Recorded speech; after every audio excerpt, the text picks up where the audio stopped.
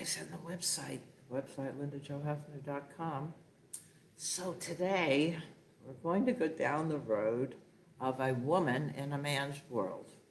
And the topic is, da, da, da, da, I gotta pee. Good morning, how are you? I have Priscilla. How are you, Priscilla? Linda Heffner here. Hello, hon. So, funny topic, I gotta pee, and it's a true story. A true story. And why isn't it in the book? Well, because it pertains to me. And if I told you every funny story that ever happened to my husband and I, you'd be reading forever. If you want, sometimes we'll get together over a cup of coffee and I can tell you a whole bunch of doozies. Until then, Sunday Live will be filled with them. Okay, let's start. I gotta pee. So it's Monday, and I have the two boys and I'm trudging around the commissary getting groceries. Mommy, can we get this? Mommy, look at here. I want some Cocoa Puffs.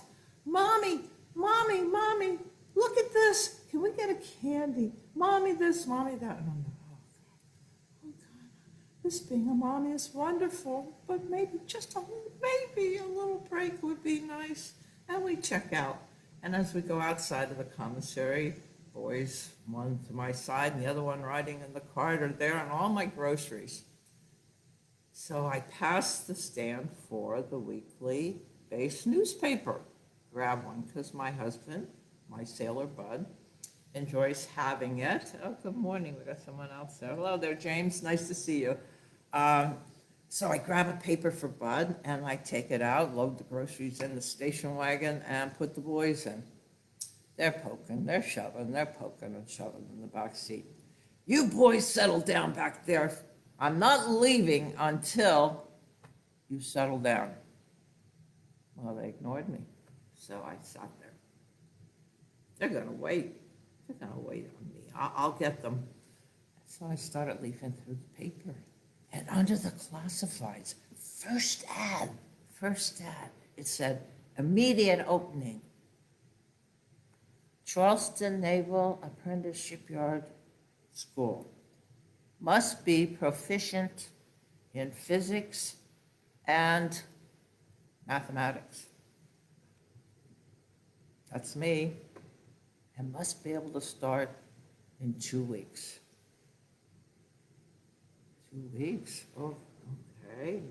Well, maybe I better talk to Bud about this, but nah, okay. So I just sort of tucked the paper away. We go home, we unload the groceries, and I'm still thinking about this, and I don't say anything to Bud because it's kind of a far-fetched thing, and he had a drug raid that night anyway, so he was kind of getting busy. And the next morning I got up, I thought, what would it hurt if I submitted my resume? So I'm a morning person, so I'm up really early and I start typing my resume. First professional job. But no way I'm going to get this. So I prepare the resume. I get it all ready. Have it all done. I staple it together. Throw it in the mail. And it's going to Trident Technical College. It's a little baffling, but okay, I send it out. And I never expected to hear anything. So I didn't say anything. But I figured, okay, I'm not going to hear from them. 2 days later, early in the morning, I got a phone call. This is so-and-so from Trident Technical College. We got your resume. We'd like to interview you. Can you be in here in an hour? An hour? Yes, sir, I can be in there. Call my friend Gloria. Can you take the boys? I got a job interview. A job interview? I didn't know you were even applying, Gloria said. I really wasn't. I didn't think they'd call me, but they did call me, and now I gotta go. So I went home, I primed up, I got all done, delivered the boys over to Gloria, and now I go for my interview at the technical college, not at the shipyard. Apparently, the shipyard was desperate and went to the technical college to pick up an instructor. And they didn't have anybody, so they put an ad. You know, they were answering the ads for the school. So I walk in, and behind this desk sits this man. Well, something. And he says, oh, you're a woman. No kidding, Dick Tracy. I didn't say that, but that's what I was thinking. And you have to realize this is the 70s, and things were not as easy for women in the 70s. So he says, well, that's okay. Let's look at your resume. So he picks up my resume and he starts reading and he's reading and this is a pretty impressive resume, he says.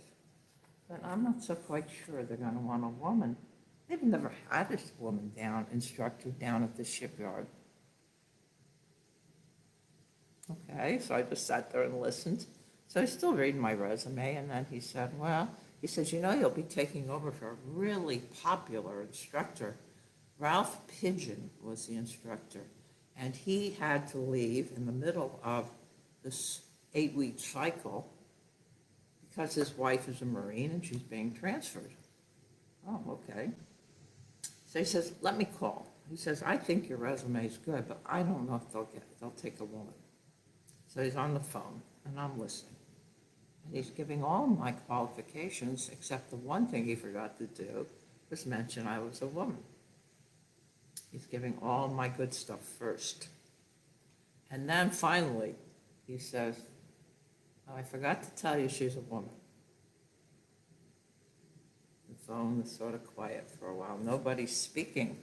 Nobody's speaking at all.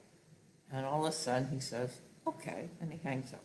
He turns to me, he says, well, he says, they've never had a woman down at the Charleston Naval Shipyard Apprentice School, but they will give you a 2-week trial on trial-based income.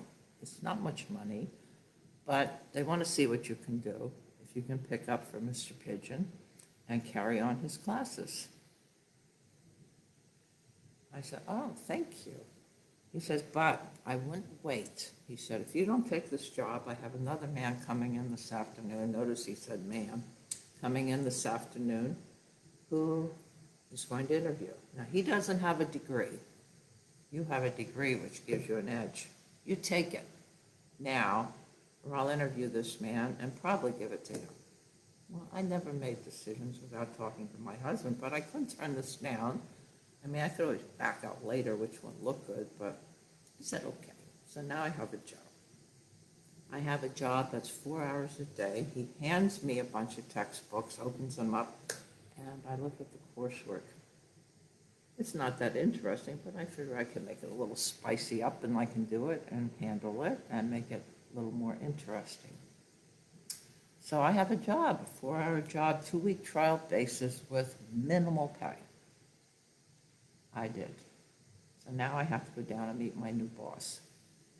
So I go to the Charleston Naval Shipyard, and there are men everywhere. There's 3 floors, all filled with shipyard apprentices, and I report to the office. And my boss is this cheery guy with these bright cheeks, and he says, oh, hi, Linda, let me take you around and show you the building. So he takes me to the faculty room, and I get my 4th cup of coffee for the day. And I drink a lot of coffee in the morning, and I'm carrying my coffee around, and he takes more. And then he said, now, there's one thing that's really unusual. He says, we've never had a woman in the building before. So we had urinals installed in the ladies' room because union rules stayed at 10 o'clock. All these guys get a break, and we just couldn't get the guys to the restrooms in time. He says, but we'll figure that out. We'll figure that out. Don't worry about it. He says, is there anything you need? I said, no, I have the textbook. I have everything I need, and I can do the work. It's simple enough work. He says, okay. He says, I'll see you in, what was it then now, 7 days. Well, God has a sense of humor. I now have a little boy who wakes up in the middle of the night with chicken pox. Yes. And that means that before I go to work, his brother's probably going to break out with it too. And he's crying, he's miserable, and I'm tugged between being a mom and now I'm going to go to work and leave my little ones with chicken pox, and I'm all nervous. I thought, oh, what am I going to do? But I find a solution. So there was a young woman who was waiting to marry. I think she was going to marry an Air Force guy or Marine, and she was down living with one of my friends, and she was looking for extra money, so I hired her. Well, she was going to cost more than my trial paid. Now, to tell Bud about this one, I waited till bedtime. pillow talk. Honey, the boys had chicken pox. He goes, yeah, I know. I said, well, and I have to go to work. And he says, yeah, I know. I can't take off, doll. He says, I'm right in the middle of a big investigation. I said, well, I fixed it, bud. I hired this girl who was waiting to get married. You know, friends of Gloria and George is living down the street with them until she gets married. She can come in the home and babysit. Oh, that's good, he said. Now, he's used to regular babysitting fee. This girl wanted more because she was going to stay in the house with 2 sick little boys. I said, but honey, it's going to cost more for the babysitter than I'm going to make. I was expecting something. He said, well, that's okay, Dom. He says, that's okay, we'll suck it up. He says, you'll go in there, you'll knock them dead. So the night comes before, and Gregory's starting to get better, and Christopher wasn't as bad with the chicken pox. He was just bumpy and all full of stuff. But still, he had me up a good part of the time, and I didn't get much sleep. I'm nervous. I'm getting my stuff ready. I'm laying out all my clothing, and I'm very nervous. So I didn't sleep much. Rock and roll all night. And finally, I did get to sleep, and then before I knew it, it was morning. So now I'm nervous, and I'm drinking coffee because I'm exhausted. I'm exhausted, and I'm having 1 cup of coffee, 2 cups of coffee, 3 cups of coffee, 4 cups of coffee, 5 cups of coffee, and I'm ready to go. The babysitter shows up, boom, down I go. I walk in the building with my plant, my desk plant, and all these men are everywhere, all in jeans, boots, flannel shirts, tough-looking guys. And I'm heading to my classroom. I know where it is. No time now. I can't stop at the restroom anymore because, you know, with all the confusion in the morning, it took some time. It took some time to get there. So I show up, and I'm sort of standing back in the doorway of my classroom, listening to a whole bunch of jean-clad guys standing there. And we have someone else come in there. Hello, Cindy, how are you? And so now I'm listening to them talk. One guy, tough guy, he says, that pigeon flew the coop. What a wuss, losing his job for a woman. I'd never give up my job for a woman.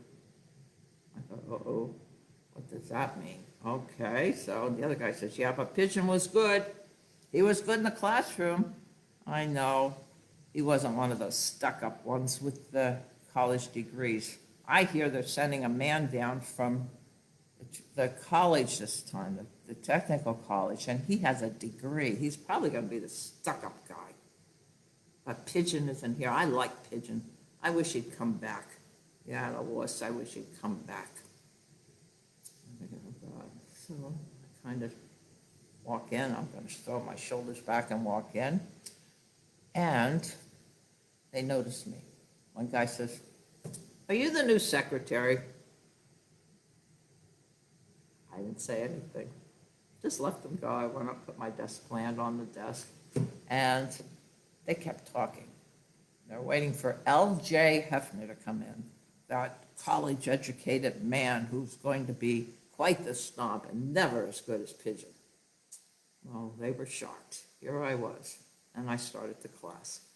Physics was first. I got challenges, but I knew my stuff, and finally I just declared, guys, I don't know a lot of stuff, but I have 2 motivators for you. I know physics. I know mathematics. And the second motivator is, you don't pass my course, you get fired. Okay, you want to get a bunch of guys' attention? That'll do it every time. So, physics class went fine. I had my lesson plan all done. And now all that coffee that I drank, what did I say, 5 or 6 or 7? I don't know, 4, 5, 6 or 7 cups of coffee, and I gotta pee. So 10 o'clock, whistle goes off. It's break time for the whole building.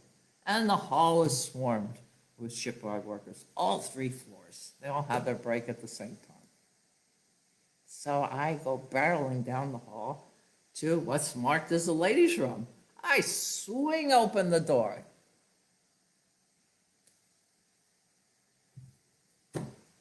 Seven guys with their pants down around their knees. all turned around surprised. And they weren't the only one that was surprised. One guy was so surprised he peed on his shoes. I kid you not. So I just turned around and went. There was no sense going to the second floor or the first floor. If the third floor was that way, the second and first floor would be the same. Now, my husband, I love him. He says, come on over, doll, after, and I'll take you to lunch. So, no time to stop. I got to get out of there at the end of the class. I grab all my stuff at noon because I only worked 4 hours, and I dash over to go to lunch with my husband. I rush into the Naval Investigative Service office, and Bud says, oh, doll, I'm ready to go. You ready to go to lunch? No, Bud, I can't go to lunch right now. I can't. I really can't. He says, what's wrong? I said, well, honey, I gotta pee. And off I went to the restroom. I hope you enjoyed that. Is that a true story? It's absolutely a true story. And that was really my first professional job. I taught applied physics and mathematics in the Charleston Naval Shipyard, the first female instructor there. But it's not in the book because it's about me, and this book is about my husband. And that's what we're doing with that. Hello, David. How are you? I didn't see you sneak in there. And is it Dennis? Hi, Dennis. How are you? So, guys, this is a story that's true, but not in the book. And why is it in the book? Because it's not about my husband. I hope you enjoyed it. I have another doozy for next week. Oh, my life with my husband and my sailor. It was so wonderful until it wasn't anymore. But I'm not going to do that on a Sunday. I'll cover those issues during the week with my pop-ups. But remember, next week, Sunday Live, 10 o'clock. If you can make it, fine. I'd love to have you. And I'm honored to have you because it means that you're supporting me. And I appreciate that. LindaJoHeffner.com, LindaJoHeffner.com. Check out the YouTube channel. If you're one of the people on YouTube watching me, and this will be posted shortly on YouTube, make sure, folks, that you hit the subscribe button. And both of you, whether you're on Facebook or on YouTube, share with your friends. Help me get my numbers up. And I appreciate it. And now that I'm at the end of the story, I hope that you enjoyed it. And I'm going to end it the same way I always do. I'm going to send you out a kiss and a virtual hug and say thank you. Thank you very much. I will see you again, one of the pop-ups this week, or if not, I'll see you next Sunday. Until then, be kind to one another.